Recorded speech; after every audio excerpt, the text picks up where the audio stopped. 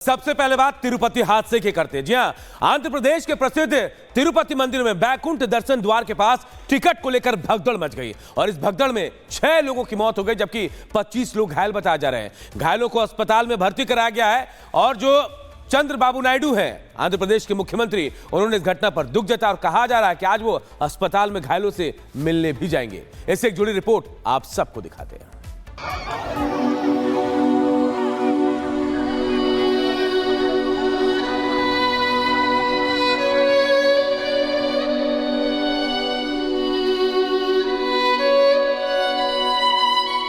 आंध्र प्रदेश के तिरुपति मंदिर से बड़ी ही दुखद खबर सामने आई। दरअसल तिरुपति मंदिर में भगदड़ मचने से 60 श्रद्धालुओं की मौत हो गई। तिरुमाला बैकुंठ द्वार सर्व दर्शनम टोकन जारी करने के बाद अफरा तफरी मच गई। इस दौरान यह हादसा हुआ। आंध्र प्रदेश के सीएम चंद्रबाबू नायडू ने श्रद्धालुओं की मौत पर अफसोस जताया और अधिकारियों को राहत बचाव कार्य के निर्देश दिए।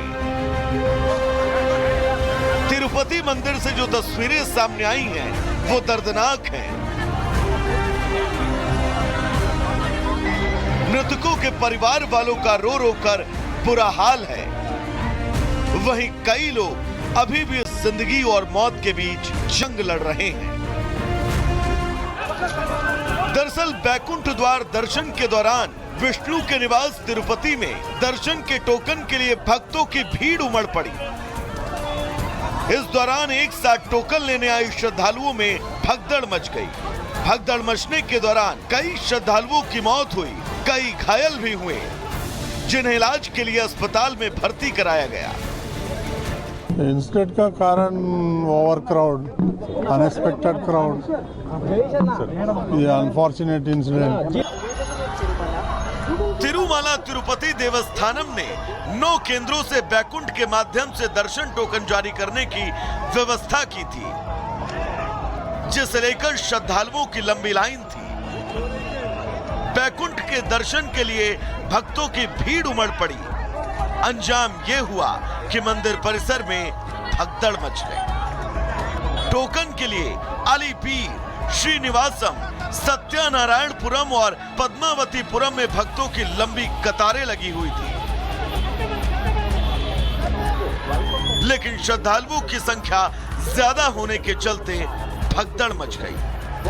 दरअसल बैकुंठ एकादशी के मौके पर तिरुमाला तिरुपति में 10 दिनों के लिए बैकुंठ द्वार दर्शन प्राप्त कर रहा है। 10 जनवरी से 19 जनवरी तक दर्शन किए जा सकते हैं। आज सुबह 5 बजे से इसी द्वार से दर्शन टोकन जारी किए जाने थे। तिरुमाला तिरुपति देवस्थानम दुनिया के सबसे प्रसिद्ध और अमीर तीर्थ स्थलों में से एक है। यह आंध्र प्रदेश के शेषाचल पर्वत पर बसा है। देश भर के सैकड़ों श्रद्धालु 10 जनवरी से शुरू होने वाले 10 दिवसीय बैकुंठ द्वार दर्शनम के लिए यहां पर पहुंचे हैं। Bureau report, Republic Bharat. तो दर्शकों, खैर तिरुपति मंदिर के इस हादसे के बारे में विस्तृत जानकारी हमने आपको दी। अब हम आपको वॉल ग्राफिक्स के जरिए ये बताएंगे कि आखिर तिरुपति मंदिर की संपत्ति कितनी है, क्योंकि 1933 में तिरुपति मंदिर की स्थापना की गई। 2.5 लाख करोड़ से ज्यादा की संपत्ति तिरुपति मंदिर की है।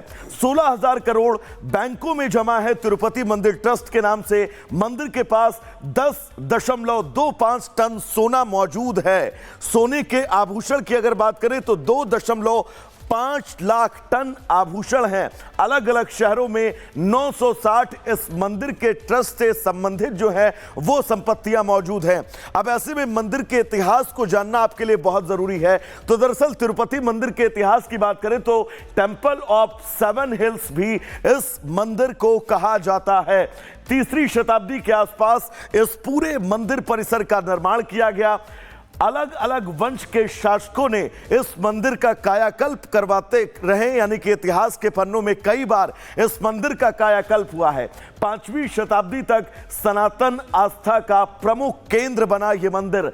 15वीं शताब्दी के बाद मंदिर को प्रसिद्धि मिली और विश्व भर से श्रद्धालु इस मंदिर में पहुंचते हैं अपने आराध्य के दर्शन के लिए।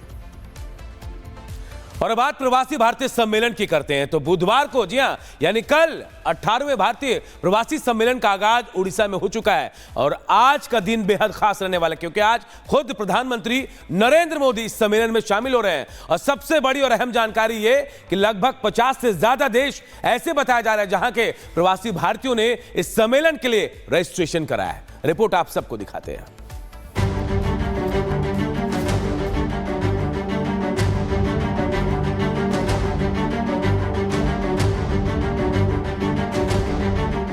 ओडिशा में 3 दिनों तक चलने वाले प्रवासी भारतीय दिवस कार्यक्रम की शुरुआत ओडिशा में बुधवार को हो गई। इस कार्यक्रम में आज पीएम मोदी भी शामिल होने वाले हैं। कार्यक्रम में शामिल होने के लिए पीएम देर रात ओडिशा भी पहुंच गए।